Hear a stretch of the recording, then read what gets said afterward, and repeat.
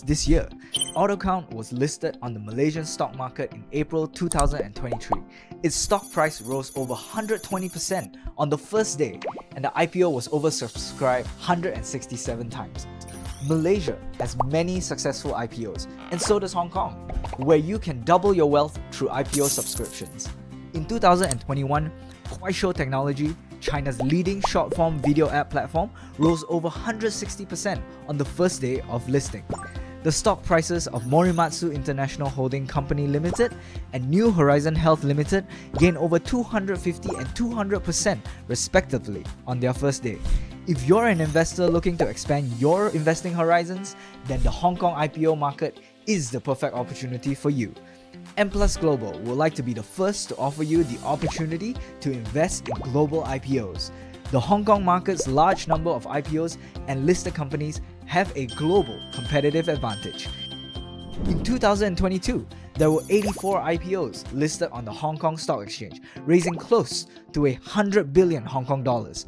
Many well-known internet companies, often referred to as China's Mama, comprising of Baidu, Ali, Tencent, JD.com, also collectively known as BATJ, have all been listed in Hong Kong. In addition, Asian top players in the fields of biomedicine, AI and new materials have also become highly sought after IPOs in the Hong Kong market in recent years. Due to the market rebound and the introduction of the Hong Kong Renminbi dual counter model, the number of new stocks listed in the first half of 2023 increased about 30% compared to the first half of 2022.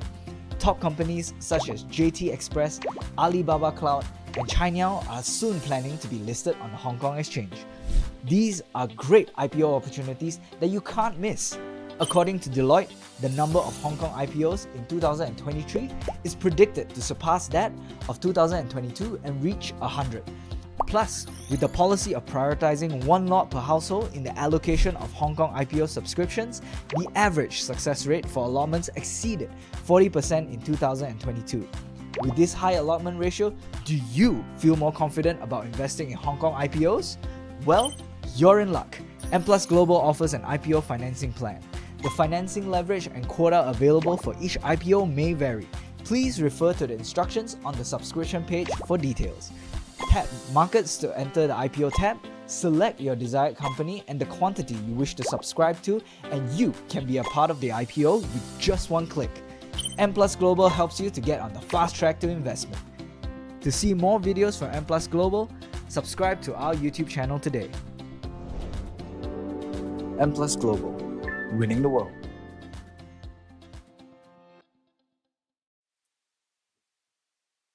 Very good evening to all of you tonight, and thank you for taking the time out for today's session. And I'm Nick here, your host for tonight's session. And of course, we got Louis here. Yes, hi everyone. Our head of research from Malacca Security. And of course, today I have a very interesting topic to be shared with all of you, and no lesser than it's the J&T IPO. And of course, I believe J&T is a household name for all of you here in Malaysia.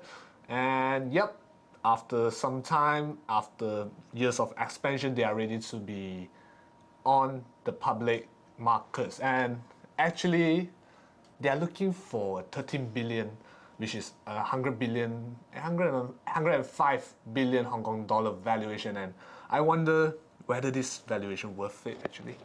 Okay, I think we might not go into whether is it worth it or not, but maybe we can go into what sort of company they are, what are the background. First of all, we look at the industry overview, then we look at the peers comparison in order for us to generate the thesis about whether they are supposed to be worth or not worth. Because it's very hard to say that when we're listing this IPO, is it 13 billion worth it? Because if the expansion plan is going into certain areas, then we have to price in new information into that valuation. So that's why I think it's very important to look at overall of a situation rather than just looking at just a US dollar 13 billion of value. Agree, and that's a very good argument here. And because we have no idea what will be the business strategy 5 years, 10 years from now, what other markets they are going to penetrate in. So yeah, good arguments here. Yeah, and I think before we start, also just try to put as many questions to this comment section, And in order for you to understand more about J&T, also we might want to take up some of the questions from the comment section. I think that is very important to have an interactive session tonight. Yeah. And of course, let's get this show started here. So, okay, a little background of J&T, and of course we know that it is a delivery express slash courier services, and I think it's a household name during the COVID period. Yep. And everyone is doing e-commerce, online marketplace and all. And I wonder, I noticed a very interesting phrase here. It says a gem in the sea that expands into China. Actually, what does that mean? Okay, I mean the J&T is actually started in Indonesia, and so it captures a lot of market share in Southeast Asia region. So I suppose that everyone is using all these courier delivery service after COVID, and especially during COVID. Do you buy items? Yeah, definitely, because that's the only fun, right? Yeah, That's the only exactly. entertainment. But after COVID, what has changed, throughout this period of time? I realized myself, right, during this period of time after COVID, I don't really want to go into a shopping mall to buy some stuff. Yeah. I would rather pay for the convenience fee, for delivery fees, and It grows into the habit among us, because Yes. of COVID, staying at home, and eventually we got not so nice to say, but lazy. But Yeah. that's the Convenience. convenience, and the comfortable of being at home, and be able to get all these things just delivered to your doorstep. Yeah, and from this phase itself, a gem in the sea, I would say that because we are using courier service more and more, and therefore we can see that the growth of J&T is so much from 2015 until right now. It's just 8 years, and they Yep. take 8 years, and they are going IPO. Yep. And right now their expansion plan is going to China. I mean, why China?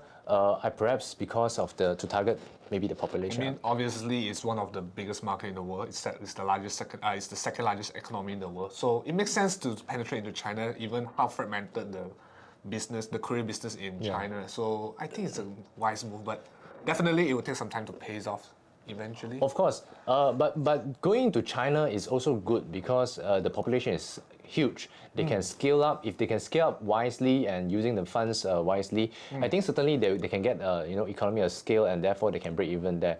But the most important is that for all these courier services to make sense or make money in terms of sense, I think it needs a very good area of coverage. So for instance, in Malaysia itself, when you are always, when you receive the delivery package, Yep. normally when you see it's actually the same person. Normally, yeah. True, So whenever they have the package, right, they will actually lump all the packages in one van to cater for that region itself. So which means that right now, if they want to expand to China, they have to serve all the rural areas. So I think that expansion plan may take some time to break even. But I think to go into a very huge market, that is where courier delivery services make sense. And if they can actually have the last mile delivery being set up nicely, I think that should be a good expansion plan to me. Even in our technology stocks, right, a lot of technology stocks also actually ventured into China. Why China? Because I think part and parcel of it is to capture the population, 1.4 billion. That is a huge economic activity there. Definitely. And of course, without further ado, let's move on to some of these slides here. And of course, I have a disclaimer here, and all the ideas expressed today here is only on our opinion of the speaker, and content of this slide are provided as a general information and should not be taken as investment advice. Please consult with your investment advisor before making any investment decisions. And let's look at here, okay, some background J&T Express, and of course, like what Luis said, that J&T was founded in 2015 from Indonesia as the first country, and over 2 to 3 years actually expanded across all the Southeast Asia countries: Malaysia, Singapore, Thailand, and Vietnam. All this really helps growing part of their business, and in 2020 they actually ventured into China as they're outside of Southeast Asia. And I think last year they made some bold expansion plan to Latin America and also the Middle East. And I think this is the footprint currently for where they operate in the markets. And let's look further here, and I believe that Okay. I think this part here, we want to focus on one person here. It's called Jet Li. I think Jet Li. I think Jet Li is actually similar name, same name actually as the famous Hong Kong actor. And actually, the founder itself, J&T founder, is actually the ex-CEO of Oppo Indonesia. And so I think Oppo indirectly helped a lot in growing the part of what's now called J&T. I think it wasn't called J&T back then. And it actually expanded really quickly, as you can see from the slide here. It has a market share of 22.5% in Southeast Asia, which is number one in terms of it is market leader of courier services in Southeast Asia. And China, they got 10% to 11%, but they are still kind of just starting up in China because it has so many big players in the China market. And J&T is one of it. We have like JD Logistics, ZTO, they are really huge player over there. But one thing I want to mention here is that even when they started in Indonesia and their ex-CEO is Oppo, I think there is a lot of similarities of Indonesian market versus in China. I think big population is one thing, and also fragmented, very large range. So that is why I think they can replicate their sort of like a strategy they are using in Indonesia and replicate in China. I think that makes sense. If you are in a small city like Singapore, you want to expand to China, but you don't have the expertise back then. So how would you want to expand? So I would say that Jet Li is he has the vision to go into China. It makes sense for him because he knows like a fragmented market from left side. I think it's Jakarta, or even left side is Sumatra and to Sulawesi or whatever area. I'm not too sure. I'm not too familiar with that area. But again, if you are serving this kind of market in this kind of big scale, then when you replicate in China, I think that makes sense. So I think if you vision himself, to become another so-called Indonesia in China, although it's not really similar, but if you are starting in Singapore but you want to venture into China, I think it's that a little bit more difficult that way, I guess, right? Yes. Because they started up in Indonesia, which is a big market itself already. Yes. But across Southeast Asia, no problem. But in China, it's a new market, it's a new game over there. So yeah, and very interestingly, their market share is about 22% in Southeast Asia region. So I think that is a very impressive, a market leader in terms of delivery express. And also you can see that even just like 11% market share in China, but the revenue contributed to 56% of the total company revenue, which is a big chunk. It's like half of the company revenue itself. Even the market is tough, they're still willing to go into it and venture into outside of Southeast Asia. Yeah. And I think this kind of expansion plan is essential for a company that want to grow further. 5 years, 10 years, who knows? Yep. Right. Moving on. And of course, some of the facts and figure here, like what we say, they are number one in Southeast Asia with 22% of market share. And actually, that's 3 times the market share of the one come in second. Yep. And of course, you can see the the compounded annual growth rate over 3 years from 2020 to 2022 is actually over 100%, which means the expansion, the boom of e-commerce have really helped their business by a lot, exponentially. And one of these reasons of why their business grew so fast is actually their partnership with some of the leading e-commerce platform. And I'm going to tell you all their merchant, all their business partner, and I'm sure our audience here will recognize a few of them as well. So talking about this e-commerce platform, right? If you are a courier delivery service provider, normally if you are tagging along with this e-commerce, is good because you have constant flow of people that is ordering stuff. So if the platform they're tapping along is like a China platform, or even it is a huge users kind of platform, I think it makes sense for them. So that is where they can make a lot of economy of sales. So for instance, when a lot of your region kind of people, like my area, Petaling Jaya, or the area, a lot of people are buying stuff. They have that flow of people, then they can put everything into one van.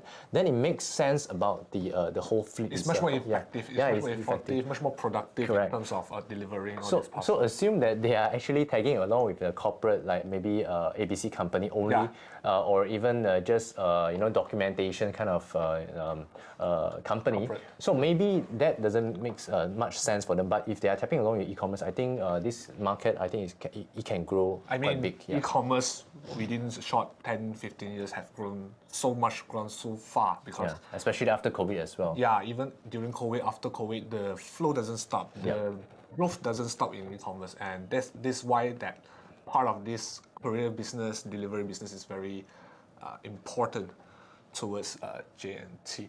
And of course, as you can see, the second comes in only like 7.2%, whereas J&T is standing there at number one at 22.5%. Yep. And of course, these are some of the customer of J&T, and you can see that Customer H is actually a social e-commerce platform.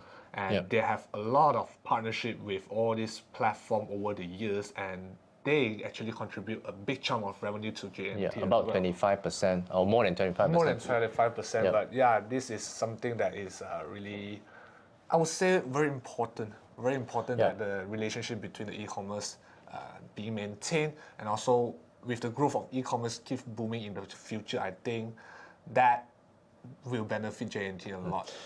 I think one thing we have to take note is that how do we assume that the e-commerce can continue to grow? Even I'm not able to tell you, but again, when we are looking at the e-commerce, what is e-commerce? It's actually a convenience place that has some discounted item or whatever it is. But most importantly is when you're buying e-commerce, you're buying like a product that you want to actually grab from grocery shop, but you are lazy to go, so you are paying for the convenience fee. So I think that is, J&T is actually bridging the gap, and e-commerce is actually bridging the gap, and J&T is the provider of the service delivery for the e-commerce platform. So I think that whole chain is actually making sense. Okay, actually we have one question here. What is the Sharia status? So according to our idea rating, we don't have the Sharia status for this yet. So like Ahmad Kamal has mentioned, so I don't think it's Sharia compliant right now, because every now and then, every quarterly basis, they will try to give us a review on the Sharia status itself. So because of this stock is just being launched and being offered to the public for the first time, it doesn't really have a Sharia status come up yet. Not like Malaysia, like before IPO, we will have the Sharia status being filed compliant because it is Malaysia. That's one of the Bursa ruling, I guess. But at least I think they are so-called business segments are not really that. In that sense, I think the business segment is quite legit in a way. Quite China compliant. But we can't say because we don't have the indicator itself. But based on my understanding is that when they are serving the parcel is e-commerce related. So I don't think there is any issue on going into that's it. That's fine. I think no problem with that. And of course, moving on here, and of course, most of us know some of these platforms. Taobao is Alibaba, Carousel, Shopee, and Temu. Temu is actually the partner, the sister app of Pinduoduo, and Pinduoduo is actually the biggest customer of J&T.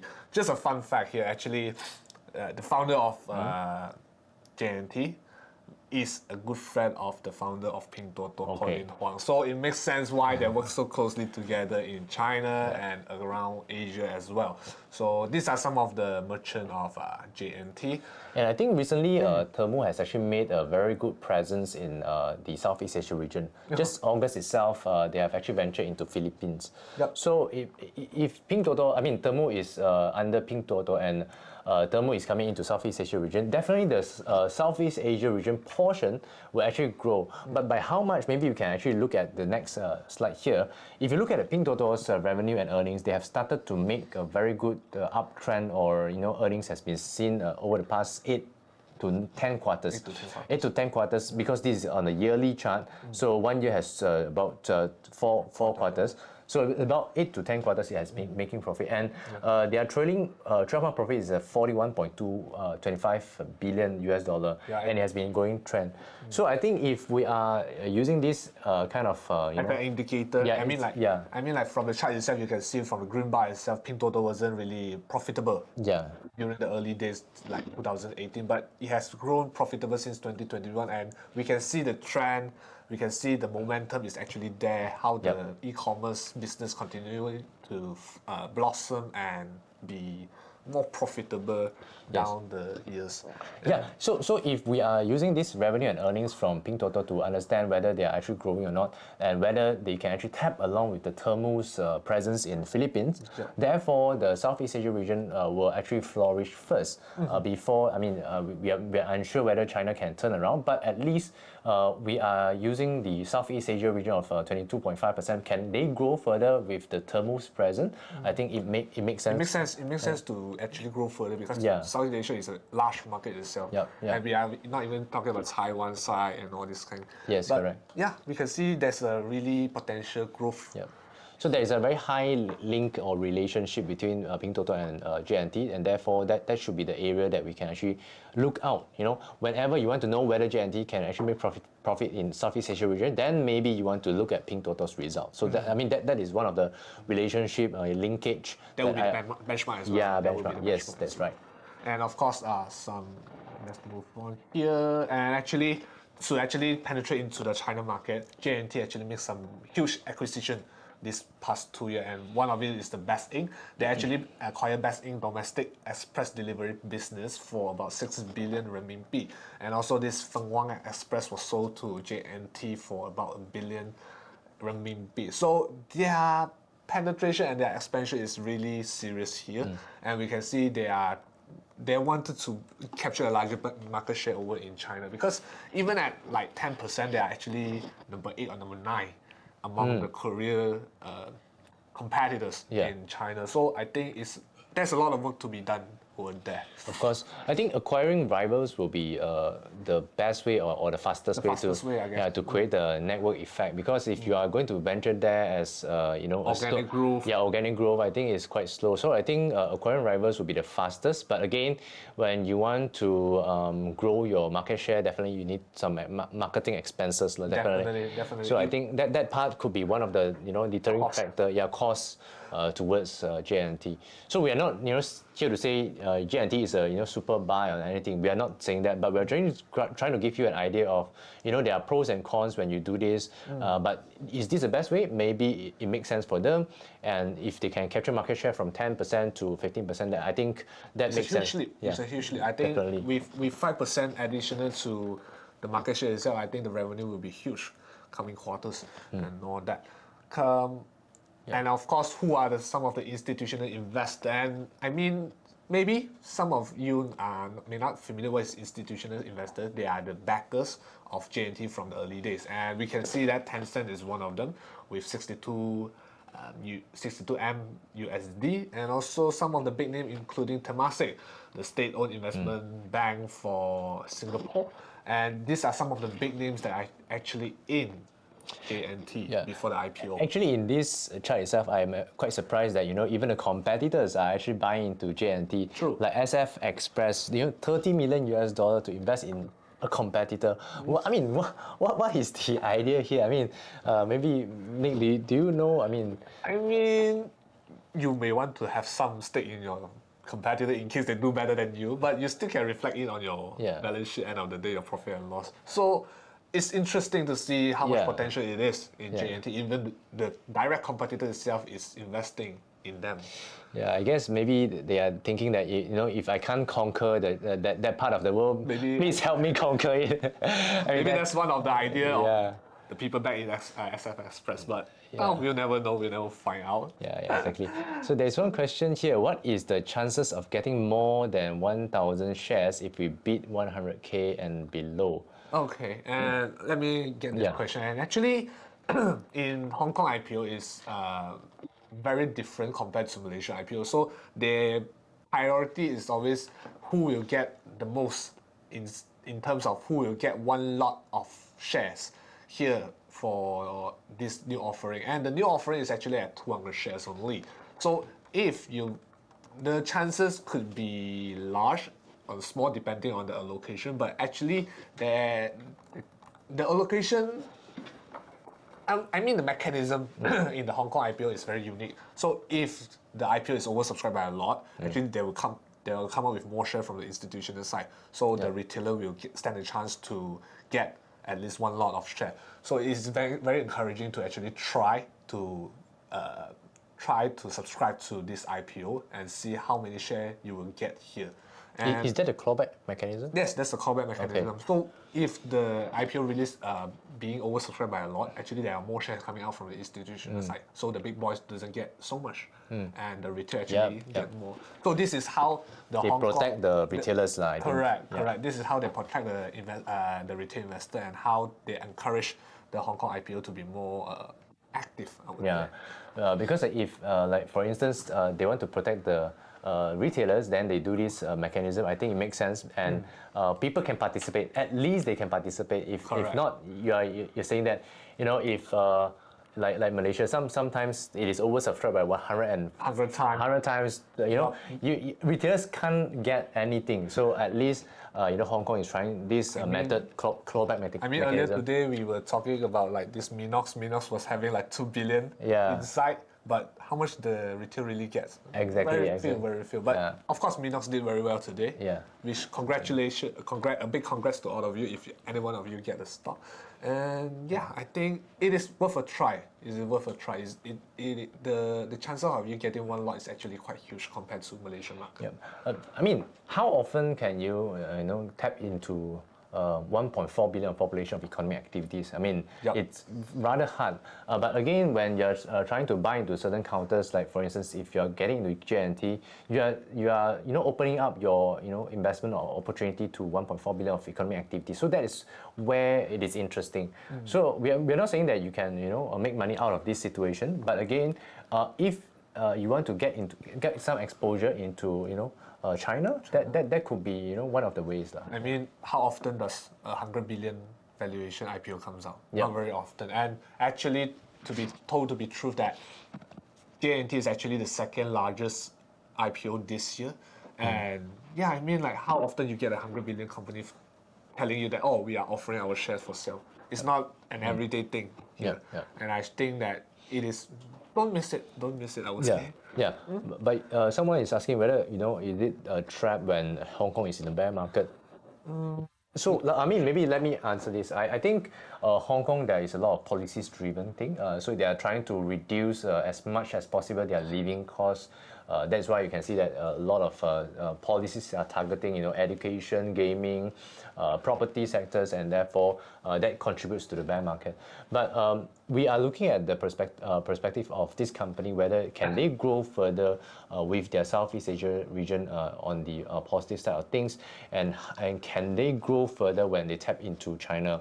Because over the past, I think 3 years, they have gained about 10% market share. Correct. So based on this kind of continuation of growth, they might be hitting 15 or 20% going forward by 3 to 5 years. So are you buying into the current position, or are you buying into the 3 to 5 years future kind of economic activity? So I think that is very important to understand. And also one thing that to be told that this sorry to interrupt that. Okay, for the past, now it's October. If you're subscribing IPO since June, actually there is 21 offering on the Hong Kong share market. 21 offerings. Yes, and 18 of them actually rise a lot in the first day. So that's a good fact to start with. Even the bear market in Hong Kong actually doesn't really affect the IPO market. It is quite separate, but in terms of, I mean, like what you say, Louis, we are subscribing for the 3 years, 5 years forward for J&T. And actually, you can see that from our chart here. We actually compile a few big names here, and actually JTO is the biggest courier services in Hong Kong and China, and actually JD as well, which is about 60 billion market cap, and both of them actually risen more than 10% on the first day of debut. So this is actually an interesting stock to look at, and especially you don't get buy on 100 billion valuation stock every day here. That's right, that's right. So I guess the first day performance is very important, but also we have to look at the overall growth of the company and also the prospect as well. Yeah, yep, that's right. And of course, this is where the real business is being taught and being discussed here. Look at the prospectus, and it is the sponsor. The main sponsor here is Morgan Stanley, BofA, and CICC.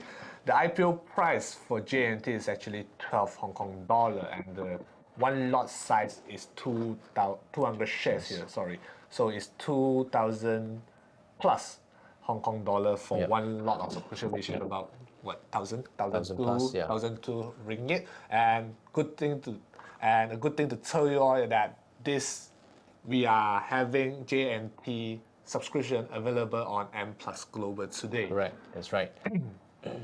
And so the offer period is actually have started right now. You can go into your M Plus Global app, and there is a small column there on the Hong Kong, excuse me, there's a small column of IPO on the Hong Kong part where you can click into it and see all the information about J&T in the app. Later towards the end of this session, I will show you a demo on how the app works, how to find the IPO on the app itself. And just a note that this offering ends at 10 a.m. tomorrow, Malaysia time. So we barely have 12 hours to go for this subscription. Okay. So since that we have gone through all this background and also the things, maybe we want to deep dive into also what sort of industry growth that we have in this J&T or even in this market size. So let's look into the industry overview. Perhaps we can actually understand more how do they grow, how can they grow further, and what sort of the growth prospects are there for them. So if you look into this market size of Southeast Asia region transaction value, it has been growing since 2018 until 2022. And for over the next 5 years, they are actually expecting a growth. And the CAGR from 23 to 27 is actually about 18%.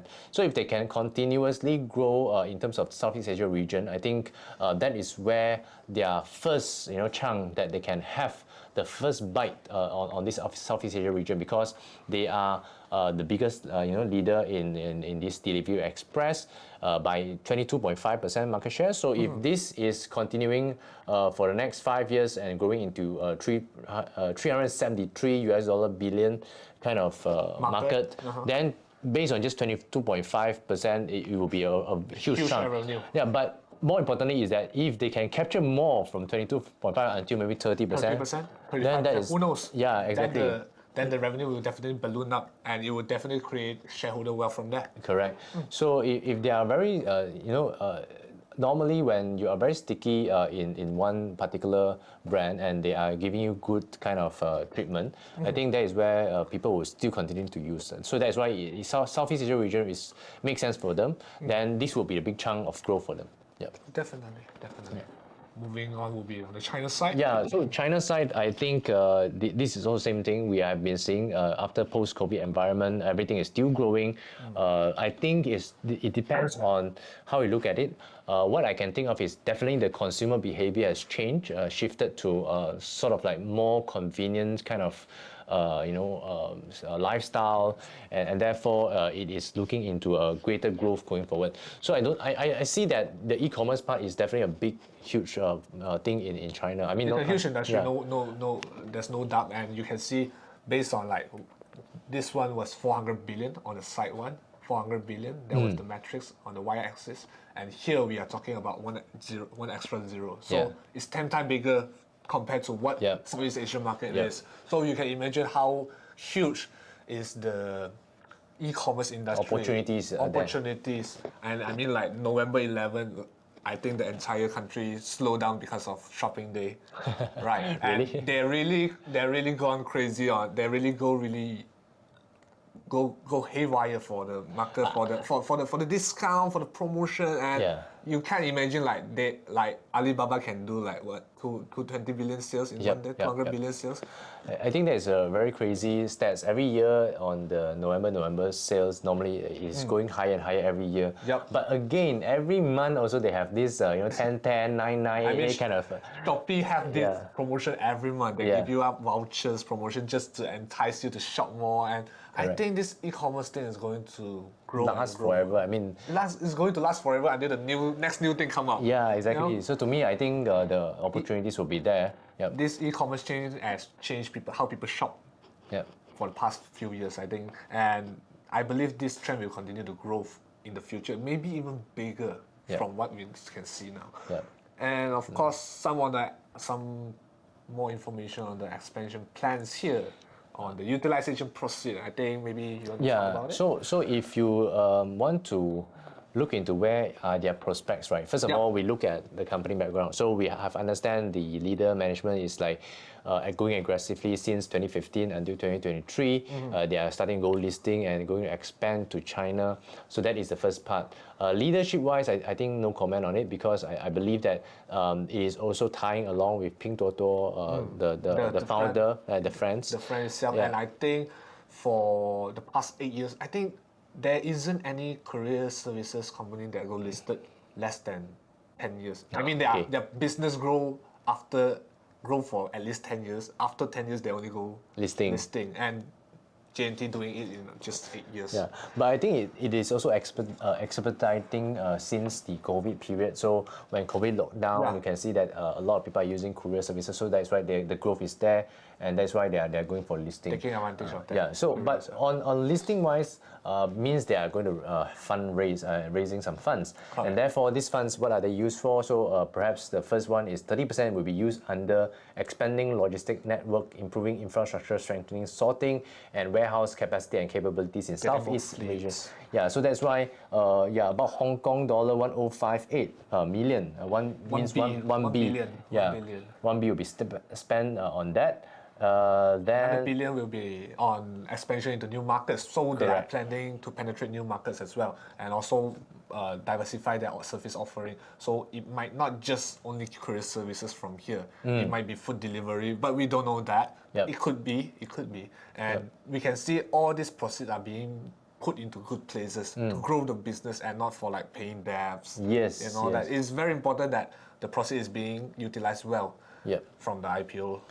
I think utilizing, like Nick said very, very correctly, I think when you are putting the resources at the right place, it would generate good results. So I think expanding networks, expanding new markets, and also development. Third one is to develop development and technology innovations. And I think these digitalization efforts will be part and parcel of the process of expansion plan. And therefore, by using this 90% out of it is definitely to expand expand the business. Their business. So I think they are utilizing it well and wise. That's for sure. They are using this money to grow their business, how to expand markets and all that. So we gotta see. It's important to see that their vision is actually on pushing forward, pushing through. Raising this money, raising this capital is actually for them to move things even faster, I believe. So it is important that we take note of this part and where are the money being used at.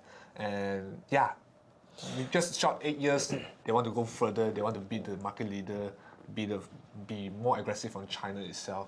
I think these are some of the points that we have to stress on, that the leadership here is really, I would say I support the vision of the leader here. Okay, maybe we can go in depth into the section whereby we want to understand what are the areas that they want to grow into. Like for instance, logistics network, infrastructure. What are the details of it? I think it's very important to understand the details. So first of all, I think machinery and equipment upgrade. This is to improve hardware and software and set up new cross belt sorters, improve line haul network. I think this to acquire, like Nick said, acquiring new vehicles and to expand their fleet in China and across Southeast Asia region. And thirdly, is about expanding sorting center and also warehouse network. So this gives them an advantage of different areas, different regions. So they have their sorting center and also warehouse network, so they can have a very good distribution and also collection of the packages. So I think that is very important, because if you are dealing with a very big region like China, efficiency is key. Efficiency is key. So I think they have to build the warehouse at a right logical place.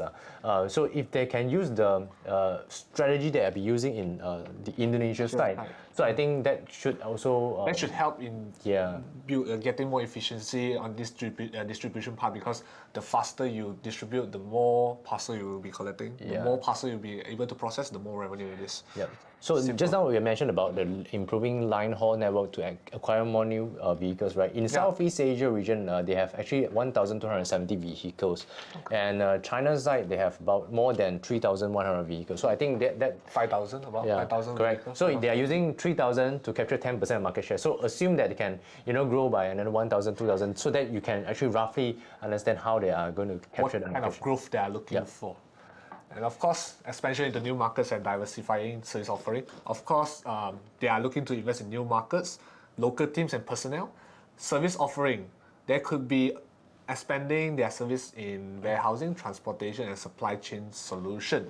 And somehow they would be also acquire majority and minority interest in some of the target market, means they could be doing M&A. Yeah, correct. Again. So just now we mentioned the M&A into Bell. Into Best Inc. Yes. So maybe they want to also acquire another company. So 1 billion that they can 1 billion Hong Kong dollar they can actually they can buy all these small fragmented small courier services. Which actually makes sense, because certain region there are so many small players in. If you acquire 2 or 3, it can definitely capture more market share in the particular region. Maybe that will give them the efficiency and also synergy of that economy and scale as well. So moving on to the development parts, and of course they want to build their IT system and upgrade technology equipment, cloud infrastructure, and here we are looking at automated sorting, another term here to improve efficiency among in their distribution process warehouses, and of course they will have some R&D and IT investment, which is normal in all company. So these are where J&T will spend their proceed from the IPO. Okay, I think we saw one question here. What is the PE ratio for logistics in general? Most of the PE is about 13 to 17 times PE, but for J&T, upon listing, they have no PE because it is still trying to break even, and they are only adjusted EBITDA positive. So which means that currently they are 40, if I'm not mistaken, 40 million US dollar. For 6 months in, is adjusted EBITDA is 40 million US dollar. So that is just the level that they are, operating profit. But on the earnings wise, net earnings wise, they are still changing that to positive. Trying to turn it around. Turn it around. So, but again, when we are talking about why is J&T not profitable, we can dissect into 2 parts. One is that they are in Southeast Asia region. Okay, Southeast Asia region they are profitable, but they are not profitable in China and also others. So mainly, I think the getting the full impact towards their overall earnings wise, I think right now is not the right timing to get full, because I think they still need time to capture the market share and capturing the earnings from China, the very competitive China market. So I think for now, PE is not available because they are not profitable yet. But I think going forward, they should be making some good, kind of strategy out of this, Southeast Asia region strategy in China. They can replicate that. Perhaps, they can actually come to a good profitable structure going forward. Okay, and of course, moving on here, we have some revenue performance, like what? Yeah, we should have we should have posted. Okay, so here we have one thing to take note. On the right side of the chart, we see that it is 6 months in. It is about 4 billion US dollar. That is just on the revenue part. Okay, and if we notice that throughout 2020, 2021, 2022, they have been growing tremendously. 1.5, 4.8, 7.2. Right now it's nearing 4 billion for half a year. So if we analyze it, it will be Eight, nine. 8, about there. So so that's why the revenue side we don't have to worry. But the part that you have to take note is that on the second slide, yeah, we have the part whereby this is giving you the understanding of adjusted EBITDA. Adjusted EBITDA level, if we are taking, if we take it from the IPO prospectus, it is in the 2020 it is still negative, but 6 months in right now they are 39.169 million. Okay. This is in US dollar term, they are profitable at this level. So operating profit, they have started to see it. So as long as they can turn continuously from this point positively, I think maybe throughout the next 3 to 5 years, we can see that it may come in. Of course, and of course, some of the numbers from J&T Express. And of course, we have a peer comparison table here. So let me explain on this. I think ZTO is the largest one correct. that the biggest in the China and the Hong Kong market. yes. So they are currently we don't use PE for now. We just use price to sales, and that makes sense for companies that is not having the earnings yet. But one thing to take note is that most of the peers are actually trading below 0 point something level, below 1. But J&T Global Express is currently trading at 1.7. So if we think that the company can actually grow further from this point and to mark their level towards ZTO, then we should be looking at further upside to give a premium to them. Because over the past 8 years, they have been trying to expand from Southeast Asia region and capturing the market in China. So that is where we see the strength of the leadership. So we have to give some credits to the leader, the CEO. and definitely buy into the rivals is one thing to capture market straight away, and they're also growing throughout the past 3 years since they landed in China. So I think that will, if you ask me, I still think that is a quality of the leadership that can drive the vision, the aggressiveness of the leadership going into the China market, even though they know it's hard. I mean, you can go to Latin America, you can go to the Middle East to conquer other market, but to choose China, because China is still the biggest economy, still has the bigger pie over there. So especially they are targeting the e-commerce platform. Correct. So if you ask me, I would rather use the idea of they are riding along the e-commerce trend going forward to price all that in. So if you ask me, I think it can command slightly premium and perhaps a discount towards ZTO of 3.8. We can't use really the rest because they are actually most of them are trading in China. And when you know about China, valuation normally is actually on the lower end of things. So what I can see here is that if they want to mark themselves towards the largest company in China, then we should be using a 3.8 and discount maybe 50% out of it. That would be fair for J&T here. Correct. So I would say that if we want to pack, we have to pack with the largest and try to discount from 3.8 downwards instead of using the rest of the peers to say that it is trading 0.9 times. Why should we paying 1.7 for J&T? So I think I want to use that kind of argument in this scenario, and therefore they still have a good fair value of perhaps higher upside on this 12 Hong Kong dollar position. Correct. And of course, thank you, Louis, for sharing some of the insights, Yep. numbers, facts and figures on J&T. And actually here, let me see, hold on. Actually, we are opening the floor for some question here. And if you have any question, feel free to ask and feel free to type it into the chat box here. And for those that doesn't have an account, this QR code here is actually linked to an account opening for M Plus Global. And just scan with your phone here and you will be redirected to the account opening for M Plus Global. Okay, maybe we can use the app to showcase on some of the how can we use. I think Okay. There are some questions. There's maybe some question over here like overseas exchange like Hong Kong. overseas exchange like Hong Kong Exchange, US exchanges has no IPO minimum requirement like Bursa, where the company needs to be profitable for certain years before being.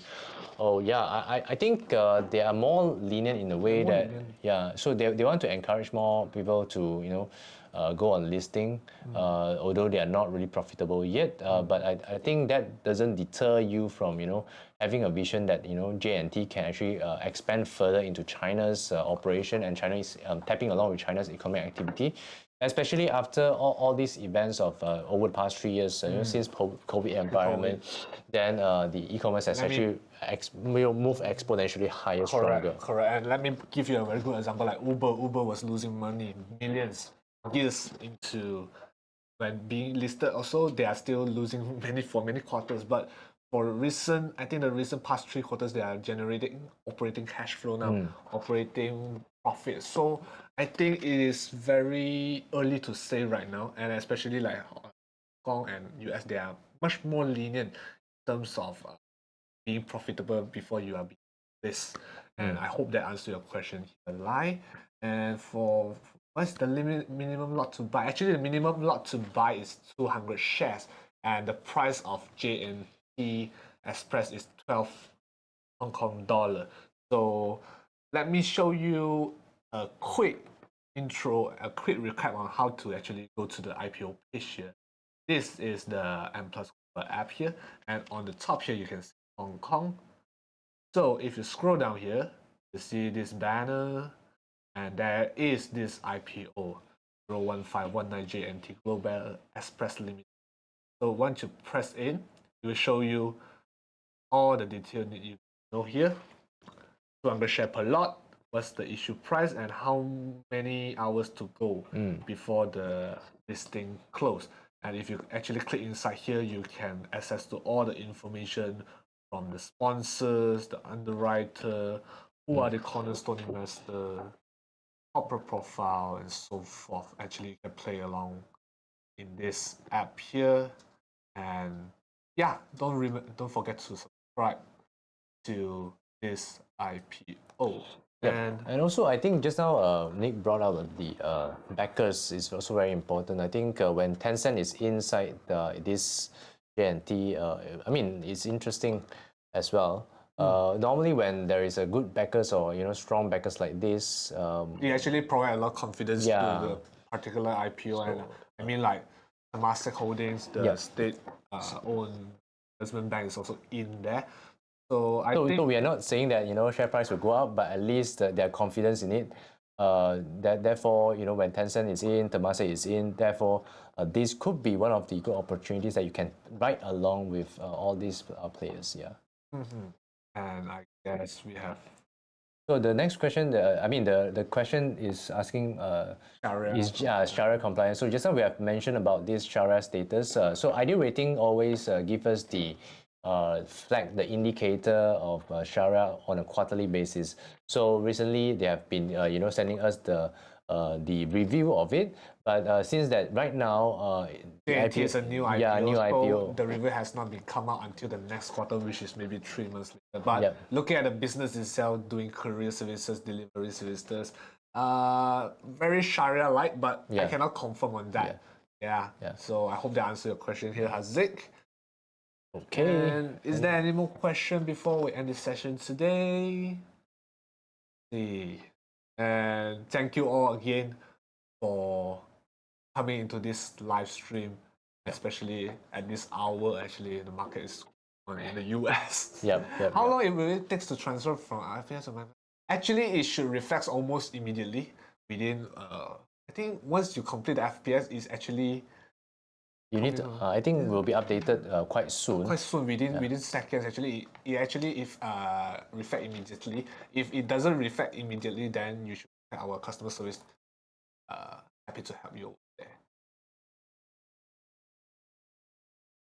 Alright. Yeah, I think someone commented, Temasek lost money in Credit Suisse bond. I mean, sometimes. I mean.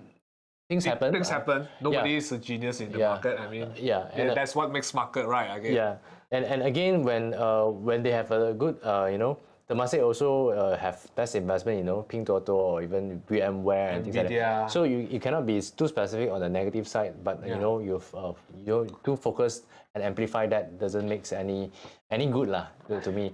So what I can say is that, I mean, sometimes it may actually lose. Even Temasek lost in FTX as well. Yeah. So what I can say is that you minimize your losses, you maximize your earnings. So that's how the overall portfolio of Diversify. Yeah, diversify is one very key idea here. Okay. And I guess there's no more question from the Yeah. floor from now. So I Okay. thank you all again. Thank you, Louis. Thank for you, being, Nick. for being in the session today. And I hope you guys will take this advantage because you don't come by to 100 billion IPO every day. Yes, So that's right. thanks for coming into this session. And this is the QR code here. To register, if you don't have an account, it will redirect you to the account opening process. It will literally take you just 5 minutes to complete the process. And I thank you all once again for being here. And have a good night, all of you. Thank you. Okay, see you.